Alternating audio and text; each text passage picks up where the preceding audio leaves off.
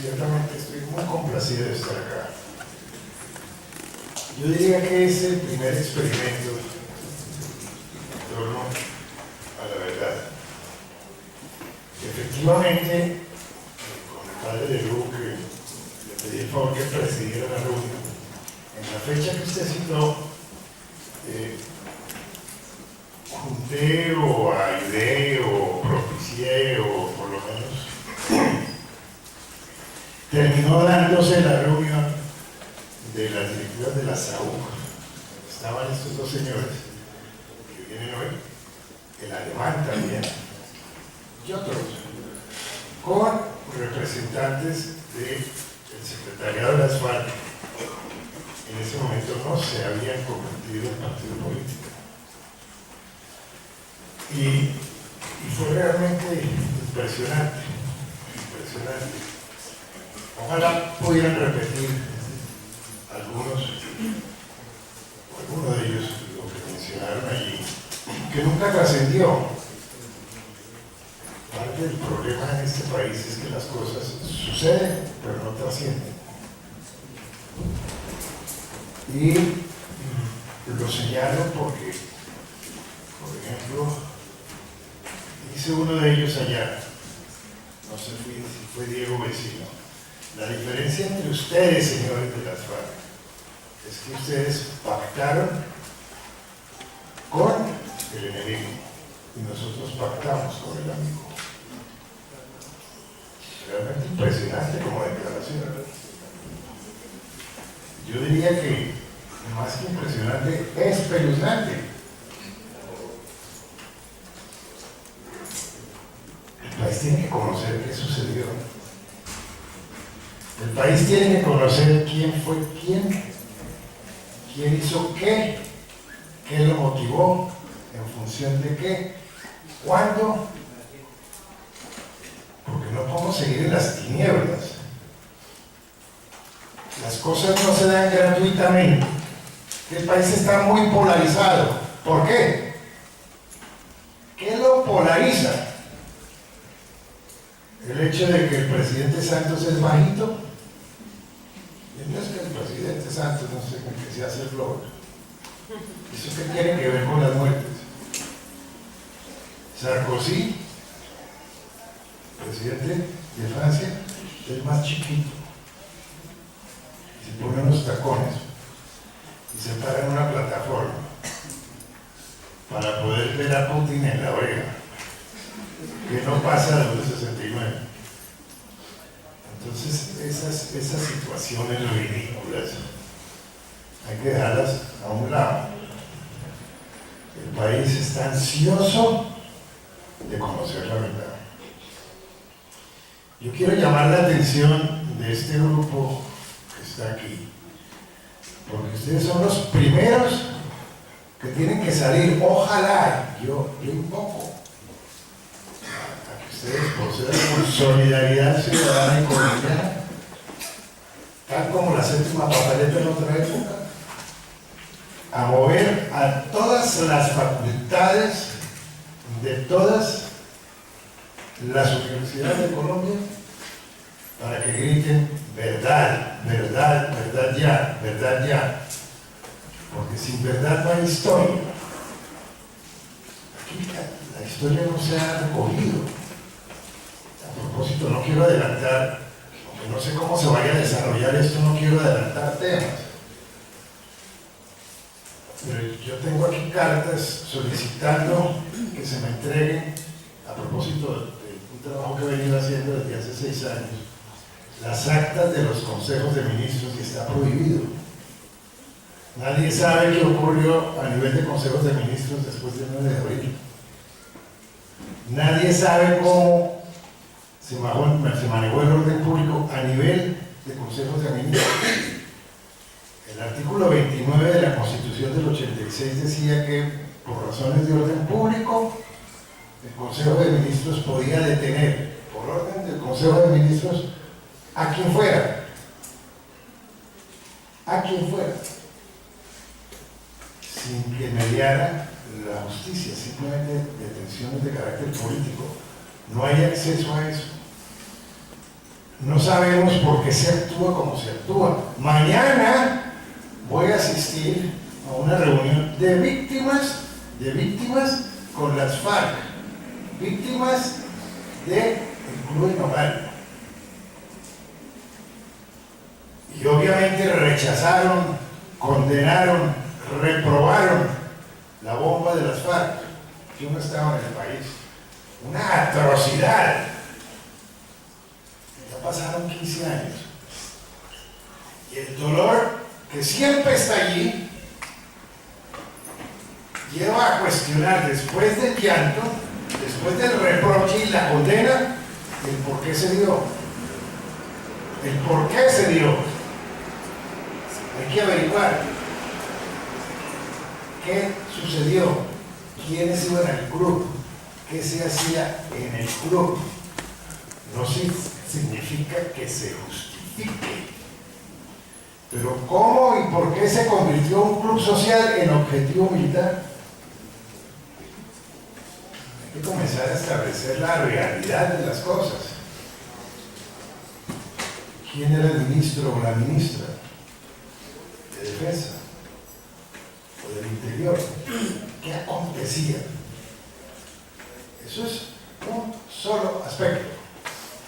Yo fui por los cadáveres de los diputados del Valle, Cruz Roja y Leiva, por una razón que no voy a explicar ahora, que tiene que ver con todo el historial y el tránsito mío en los procesos de paz.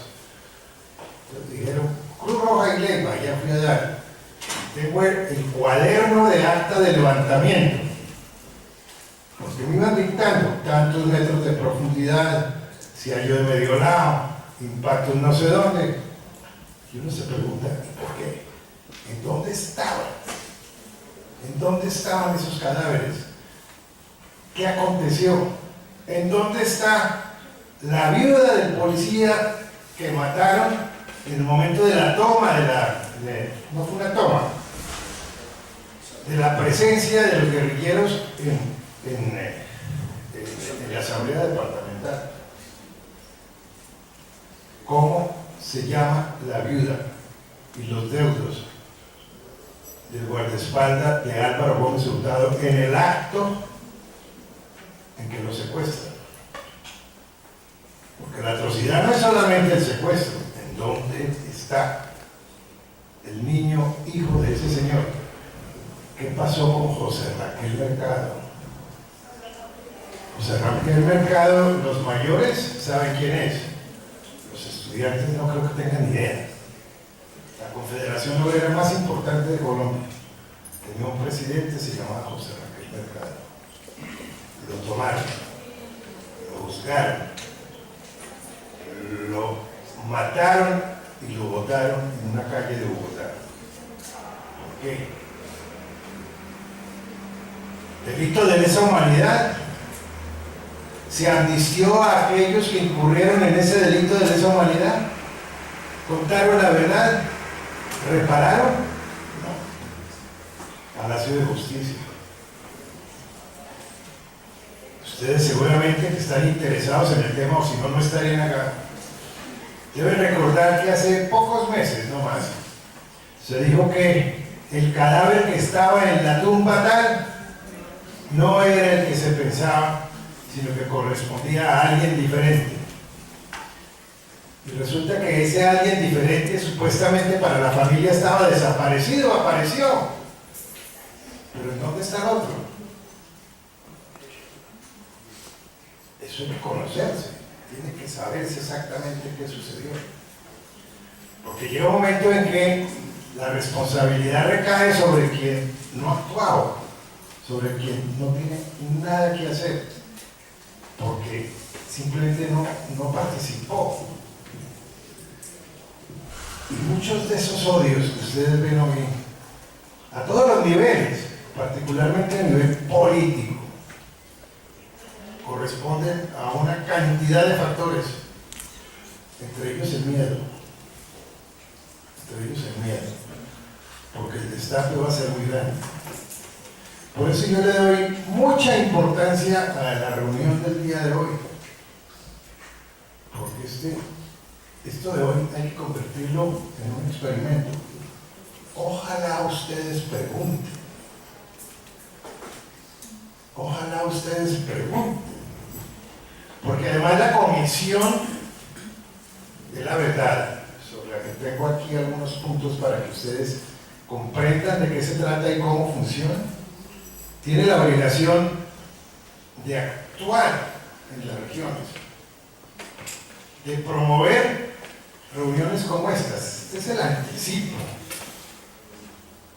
De tal forma que siéntanse en ustedes actores a partir de este momento, de un fenómeno que el país va a tener que vivir permanentemente durante 3 años, que se podría prorrogar y que está dirigido particularmente a establecer qué sucedió en Colombia.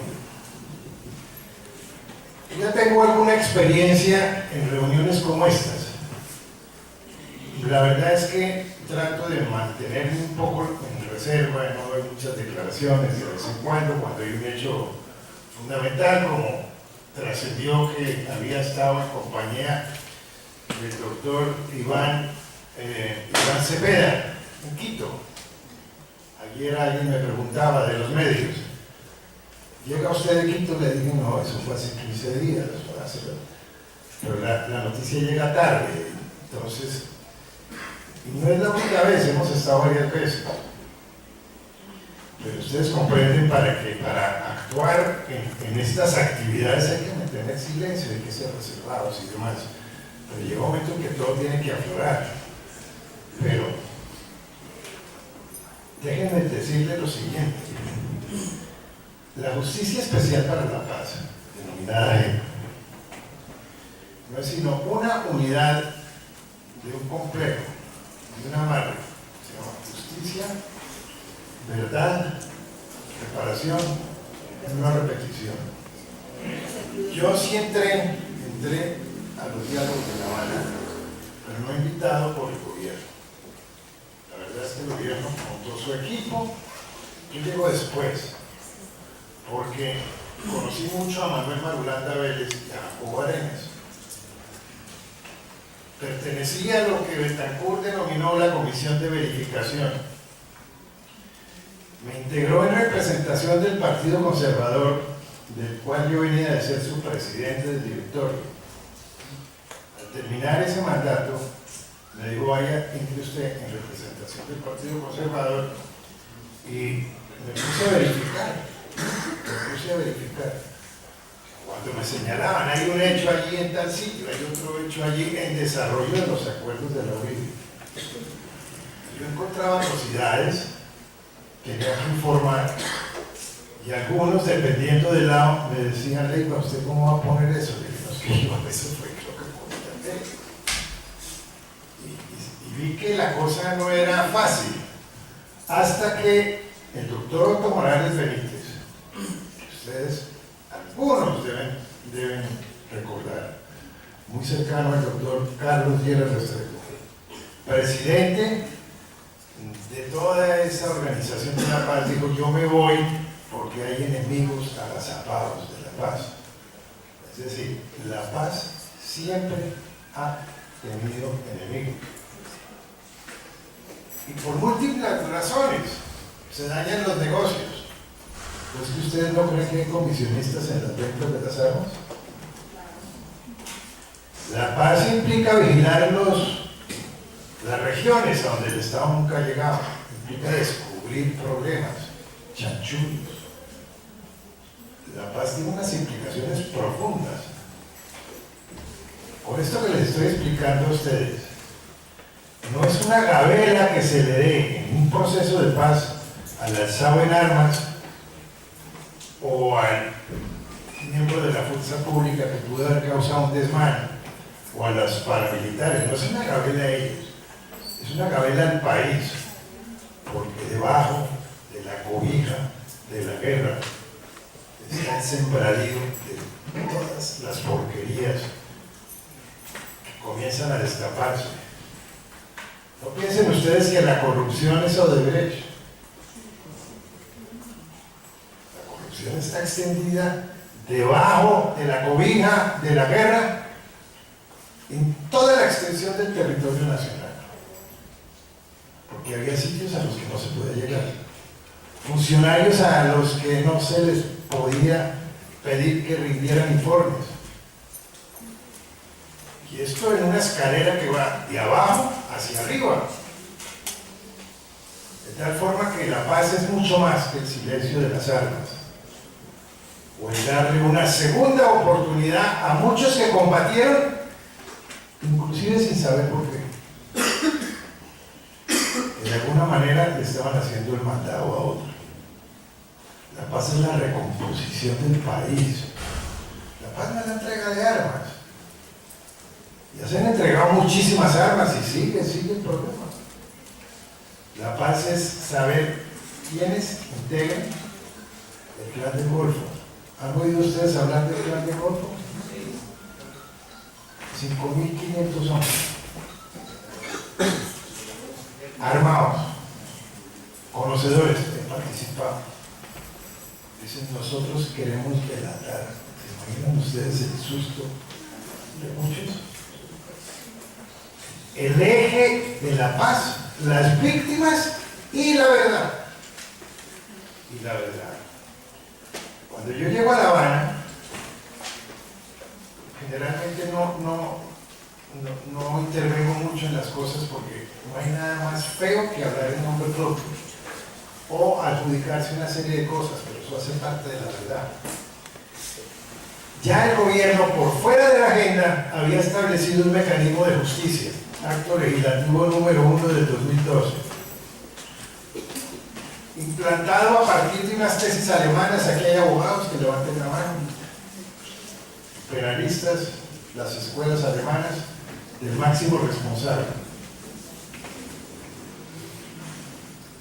Y el mecanismo de esa justicia llevó a que el doctor de la calle, como estamos hablando de la verdad, no me podría decir que no fue así, les decía, ¿y de ustedes quién se va para la cárcel?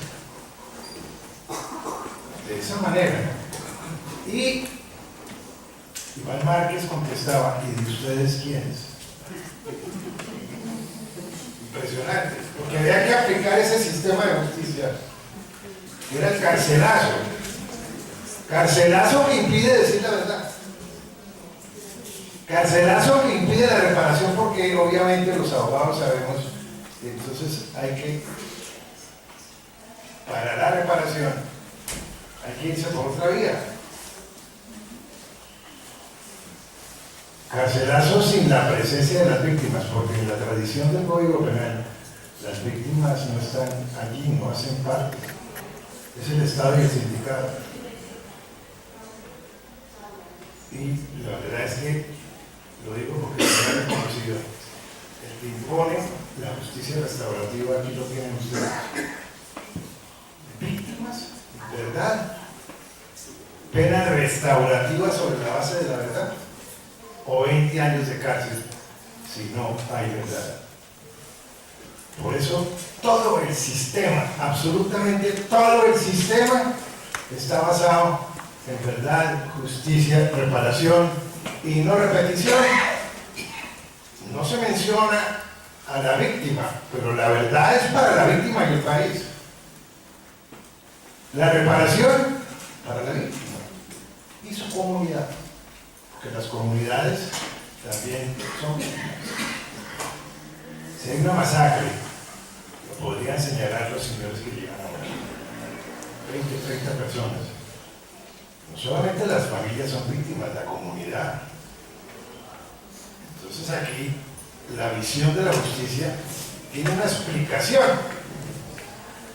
que como dijera algún filósofo jesuita, explicación por excelencia, sentido común. Es el más difícil de los sentidos. Esa es una frase que valida, pero que lo es porque es verdad. ¿Qué mejor que coger a alguien y guardarlo? Facilísimo. Y la satisfacción individual, siquiera ese vagabundo está guardado 50 años. Pero Entonces, ¿cómo se ataja la causa si no se conoce la verdad? Y allí que esto esté diseñado para quienes hayan actuado en el conflicto, sin consideración de su condición, militar, agente de policía, subversivo, paramilitar o civil, que haya actuado directa o indirectamente en el conflicto. Porque el conflicto no se sucede simplemente por aquellos que tienen que poner el pecho y disparar. ¿Quién financia? ¿Quién financia? ¿A qué se acude? ¿Cuáles son los dineros fáciles?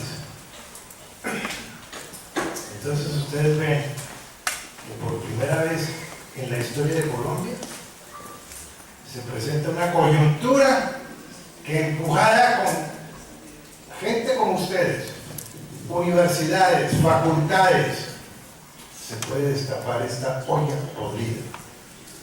Porque la olla sigue podrida, se entregaron las armas, pero la verdad es que el contenido de la olla es espeluznante. Y hay que hacer la pedagogía de la verdad. Porque este es un país en que todavía se dicen, por favor no me cuentes, yo no quiero saber, no, de ninguna manera. Esto hay que recomponer. Hubo un momento en que se decía, no, es que eso es para los bandidos de las FARC. Como decía alguien por ahí, los bandidos de las FARC. Y los otros bandidos. Entonces es muy difícil calificarlos de tal. Pero bandidos hay al interior de todas las organizaciones. Bandidos hay en las familias, ¿sí? Entonces, la recomposición de la sociedad tenía que pasar por un proceso de paz. Yo por eso vengo cabalgando en los procesos de paz desde la época de Marulanda. Estaba muy joven, pero tuve que ver con el proceso del M-19, del Quintil Lame, el primero que habla con el Quintil Lame, el primero que va a la zona de Urabá a hablar con el EPL, con los helenos, con la coordinadora guerrillera Simón Bolívar. Y alguien me decía, usted es un experto en hierbas. Decía así, pero lo lastimoso es que a veces uno encuentra las hierbas en palacio. Entonces la fumigación tiene que ser total, si no, ¿cómo se recompone esto? Por eso la gran responsabilidad recae en una generación que hasta ahora se está preparando, pero que en ese camino de ilustración, de adquisición de conocimientos, tienen que saber exactamente cuál es su país, qué es lo que hay que reparar. Los ingenieros, los puentes se caen, habrá que repararlo, pero es que hay que reparar aquello que lleva en un momento dado a que el puente se caiga, que puede ser la corrupción. Por eso hay que destaparlo todo. Y en vista de que se decía que esto es para los bandidos tales, no, que es para los bandidos tales y demás, con unas gentes nos dimos a la tarea, muy particularmente en La Habana, a pedir la integración de una comisión de la historia. El que movía eso allí, fundamentalmente, lo tienen presente. ¿Por qué? Porque es la ventaja de ser mayor. Yo no veo aquí a nadie mayor que yo. Otra cosa es que me cuiden. Entonces, yo los conocí a todos. Hablé con Laureano Gómez, vine hablando con Carlos Gila Restrepo, después de una situación histórica en que se hablaba de un novio siniestro. No sé si algunos de los mayores, algunos deben recordarlo. Conocí a Rojas Pinilla. Obviamente conocí a Gaviria, a Uribe, a todos. Ministros del despacho, fui ministro del despacho, fui concejal, diputado, representante, senador. Entonces llega un momento en que uno si se aparta, ve el escenario. Yo le doy gracias a Dios que me ha dado la oportunidad de recapacitar para llegar a la conclusión de que en este país todos tienen que pedir perdón, incluyendo la iglesia. Es impresionante. Entonces nos dimos a la tarea de establecer algo que también tiene que hacer la Comisión de la Verdad. ¿A partir de cuándo comenzó el conflicto interno? Y hay unos sabios que no son prácticos, son magníficos para estar en la academia y dicen a uno, el conflicto interno comenzó cuando llegó Cristóbal Colón. Y bueno, claro que sí, pero no se trata de eso. El conflicto interno de la modernidad. Con Gabriel García Márquez, que tuve la ocasión de conversar varias veces con él, me decía, a mí me preocupa mucho lo que yo escribí en 100 años de soledad, porque como era una novela de la exageración, yo no podía llenar 3 vagones de muertos con 14 muertos, las bananeras, que fue tomada por Gaitán como bandera en la lucha partidista, e hizo su carrera basando todo su actual en la tragedia de las bananeras. Y me decía, Álvaro, integremos una comisión que estudie lo de las bananeras, porque se ha dicho que lo que yo hago es fuente de historia, y eso no puede ser así. Entonces nos dimos a la tarea de ver eso, se fueron los documentos y demás, y llegamos a la conclusión de que ese no era el inicio. Tanto así que los documentos que tengo en una investigación y que se lo presenté a la Comisión de la Verdad la semana pasada y se interesaron para tener eso de soporte, después del fenómeno de las bananeras, se reduce el pie de fuerza a 5.000 hombres, incluyendo ejército y policía. Imagínense ustedes. Luego no era un problema de orden público permanente, ni era una contienda entre partes. Fue un problema social, laboral, delicado, en el que intervino mucha gente. Más bien hacia la caída del Partido Conservador se da una situación normal, pero venía la hegemonía conservadora. Juegan los puestos, las nuevas elecciones, consejos, asambleas. Colombia no era un país, ni mucho menos no lo es hoy, desarrollado. Sus fuentes, la burocracia. Después de la pérdida de Panamá, la verdad es que Colombia se le olvidó mirar más allá de sus fronteras y miró hacia el monte, por el café, y más adentro por la quina. Entonces se volvió un país montañero.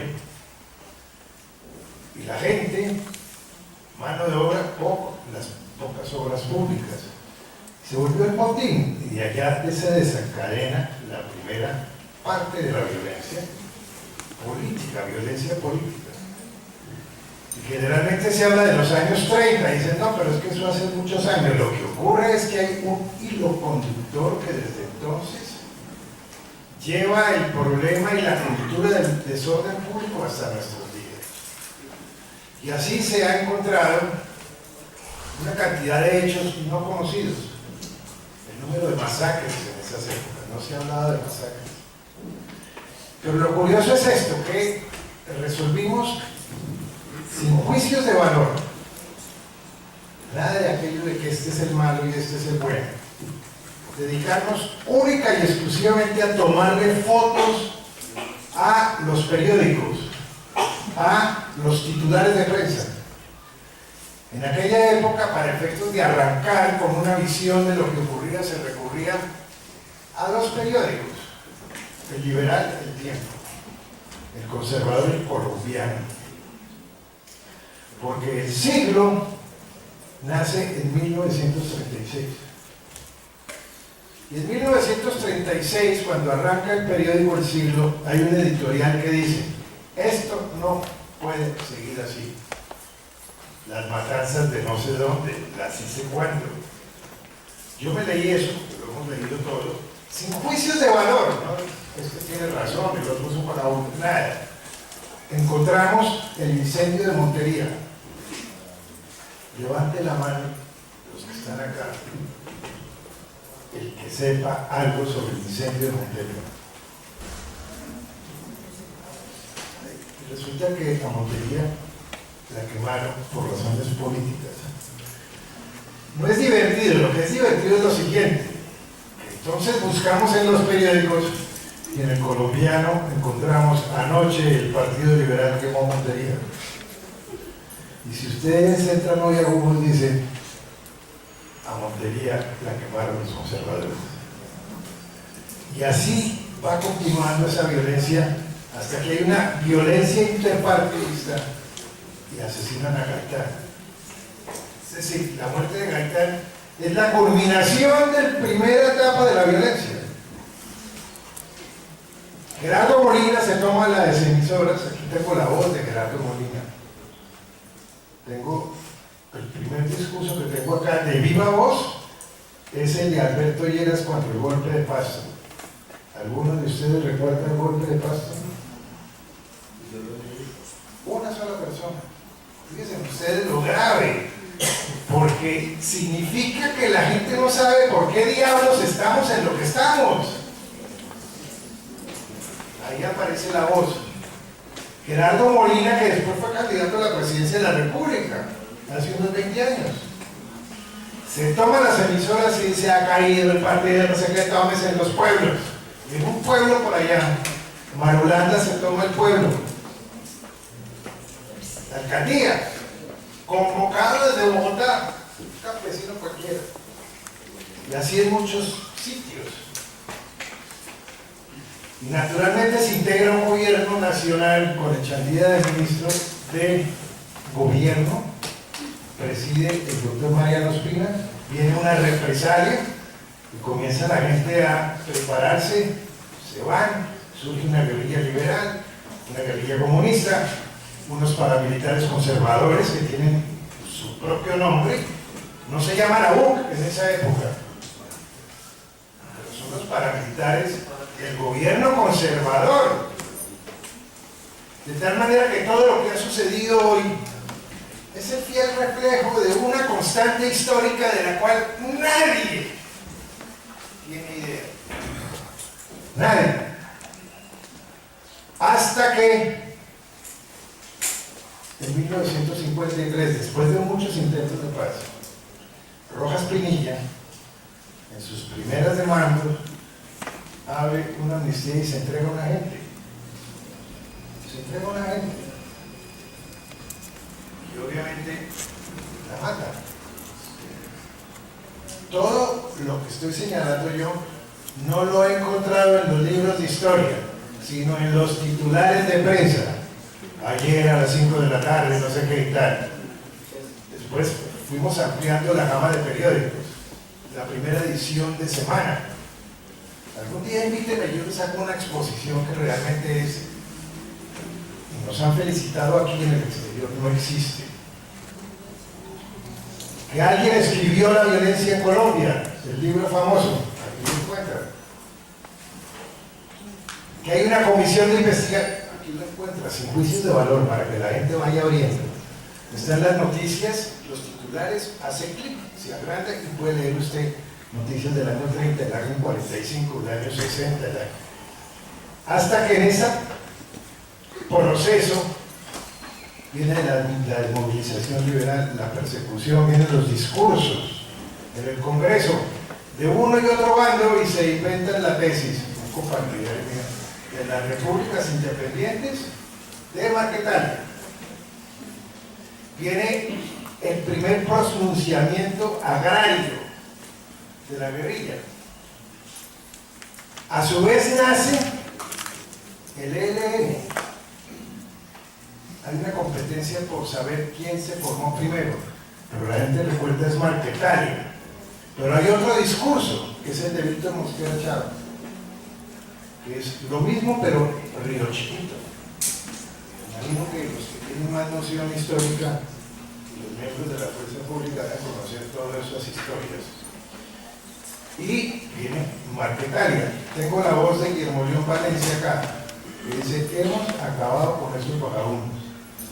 Incautamos 35 fusiles, dimos debajo no sé qué. Esa grabación se puede poner, si la gente no identifica la voz de Guillermo León, para situaciones de hace 5 años, 8 años, 10 años, no sé si me explico. Una constante histórica. Entonces viene una nueva idea de que esto surge, que el conflicto surge con la creación de las FARC en 1964. Comenzando porque las FARC no nace como FARC, sino nace una cosa que se llama Bloque Sur. Continúa, aparece el ELN, muchas manifestaciones, comienza a enredarse con la Guerra Fría. Particularmente se consolida en América Latina a partir de Cuba y muy precisamente a partir de la crisis de los misiles, ustedes lo recuerdan. Y surge ya el mismo hilo conductor, pero en una envoltura que toca con la Guerra Fría, porque se va contagiando obviamente de los fenómenos que van haciendo presencia como el narcotráfico. Pero es que el alzamiento en armas ni es narcotráfico, ni nació con el narcotráfico, que es distinto a que no se utilicen dineros mal habidos para continuar la lucha. Y en la medida en que este proceso se va agigantando, el Estado tiene incapacidades para llegar a las distintas zonas y se dan, nunca se ha bautizado así, estados paralelos. Porque si el Estado hubiera hecho presencia, Diego Vecino no hubiera aparecido y no estuvo solo. Entonces comienzan las connivencias, que son propias de una historia grotesca, con unos sucesos de los cuales yo soy testigo, pero testigo presencial. A mí se me integró en una comisión para hablar con Marulanda en víspera de la constituyente, con gente que todavía está acá, como está trabajando en Palacio, José Noelio me acompañó, Lucio me acompañó, éramos varios, y se firmó un documento y decía: entra a la constituyente. ¿Y qué pasó? Que me dice el presidente Gaviria, mostrando unas encuestas, yo no puedo romper la correlación de fuerzas, les dio temor que pudieran perder la mayoría en la constituyente. Por eso el bombardeo. Es impresionante. El bombardeo a Casablanca. Entonces yo soy un actor, yo soy un lambón del proceso. Generalmente voy a donde no me invitan, afortunadamente me invitaron en esta tarea. Entonces, con unos congresistas nos fuimos en un helicóptero allá, a la zona bombardeada, 8 días después. Con los fusiles no nos dejaron aterrizar. Comenzar a contar la realidad, que tiene que votarse ahora, hay que conocerla, porque si hubieran entrado a la constituyente, algo habría salido, que es lo que provoca el inicio del proceso de diálogo en Caracas. Yo era amigo del embajador de Venezuela en Colombia, hijo de un poeta,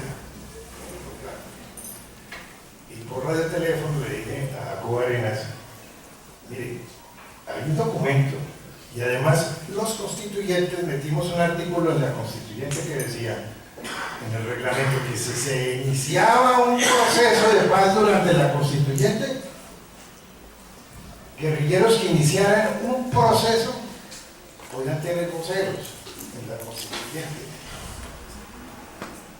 Yo le había prestado un servicio a Carlos Andrés Pérez, presidente de Venezuela, y él vivía muy reconocido. Entonces le dije a Jacobo, mándenme un guerrillero. Estaba actuando la coordinadora guerrillera Simón Bolívar. Y me fui con ellos a la embajada, pedí una cita, me recibió el embajador muy querido. Le dije, ¿estos son guerrilleros activos? Sí, activos. Pero que se vayan para la calle. Le dije, no fueron activos, los ponemos en la calle. Pero activos, eso no se puede. Carlos Andrés Pérez entendió el gesto, mandó un avión, lo recogió y se inició el primer diálogo en Carabobo Norte. No sé si alguno de ustedes recuerda eso, aquí dicen que sí. Y de Carabobo Norte se inician los diálogos de Caracas. Así comenzaron los diálogos de Caracas, a las patadas, porque en este país a veces hay que hacer las cosas a las patadas. Es increíble. Y de allí sale Tlaxcala. Y así sucesivamente. Así sucesivamente. Es impresionante. Pero ¿qué sucede? Que cada vez que se aplaza un diálogo, los muertos, que los pongan otros. Vamos a hacer una encuesta de la verdad. Aparte de los uniformados, ¿quién ha prestado aquí servicio militar? No, usted ya no vale.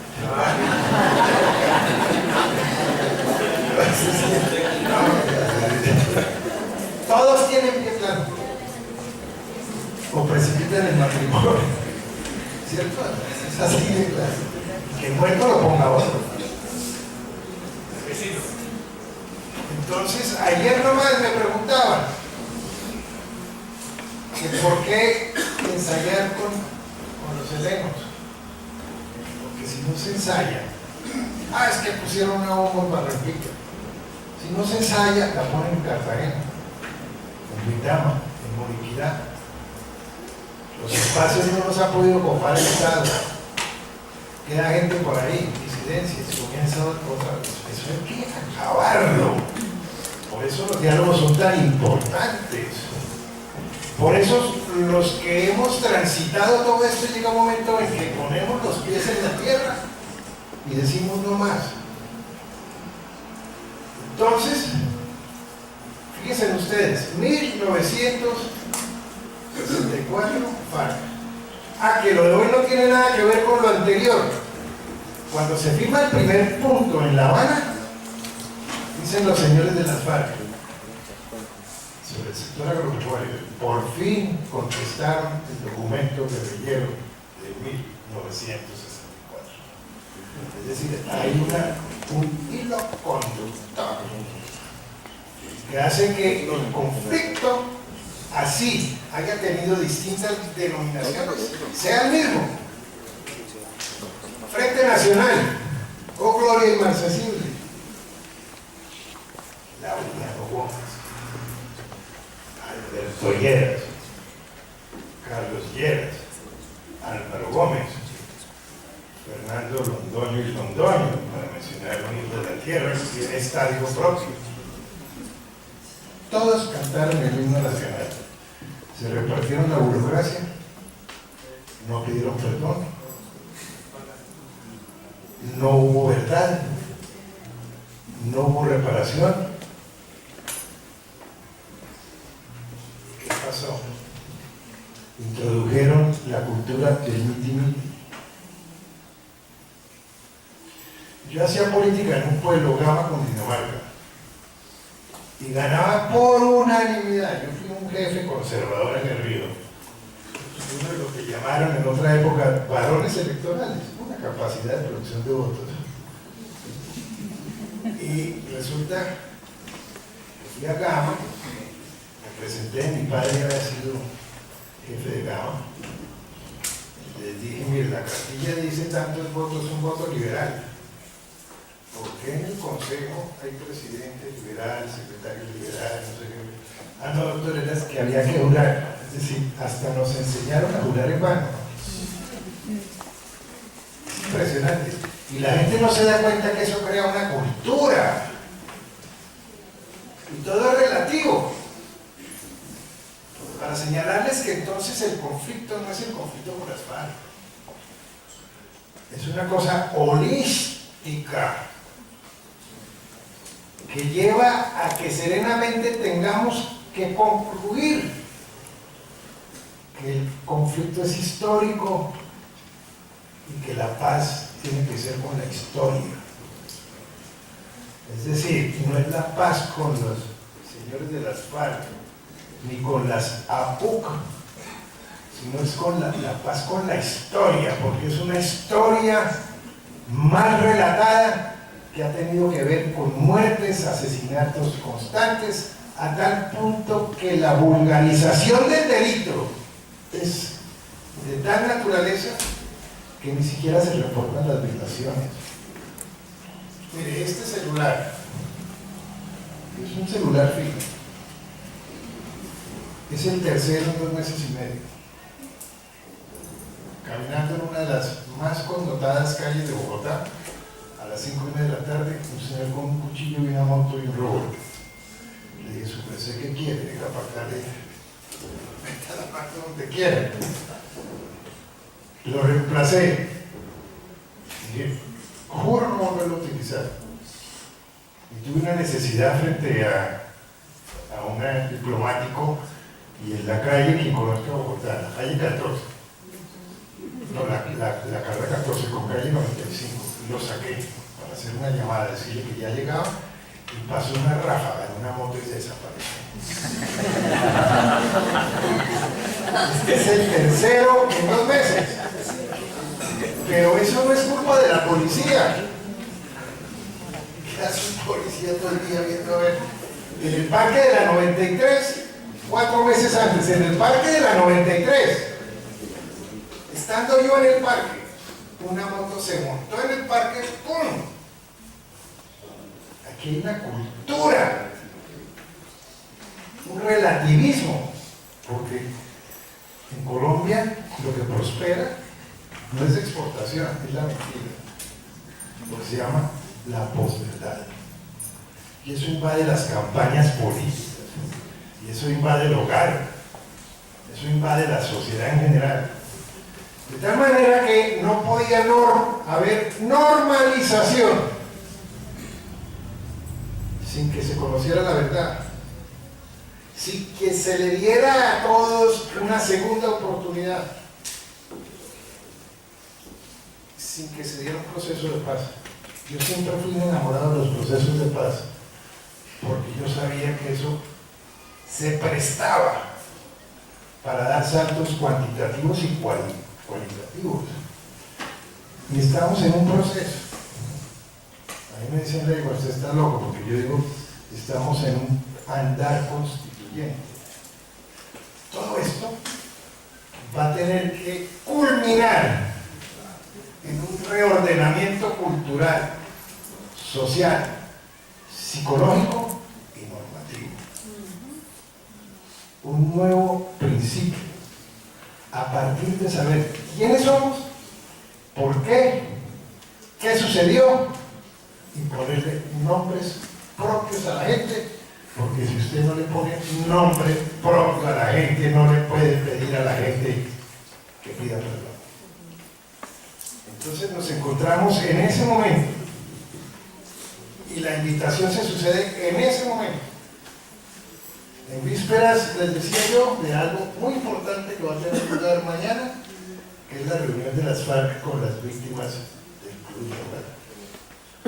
Porque hay mucho gato encerrado, y usted tiene que tener noticia de eso.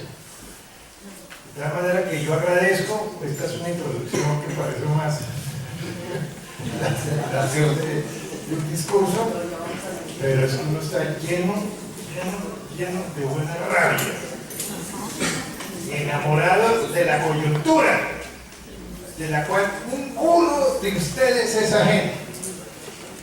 Ojalá que de acá salga un tejido con todas las universidades, porque ustedes son víctimas por desconocimiento, porque si no hay paz, por eso se llama el derecho síntesis, lo llama UNESCO, y ha hecho tránsito y se hizo incluir en el numeral 75 de la JEP. sin paz no hay más derechos. Absolutamente todo se limita. Muchas gracias por haberme permitido esta breve introducción.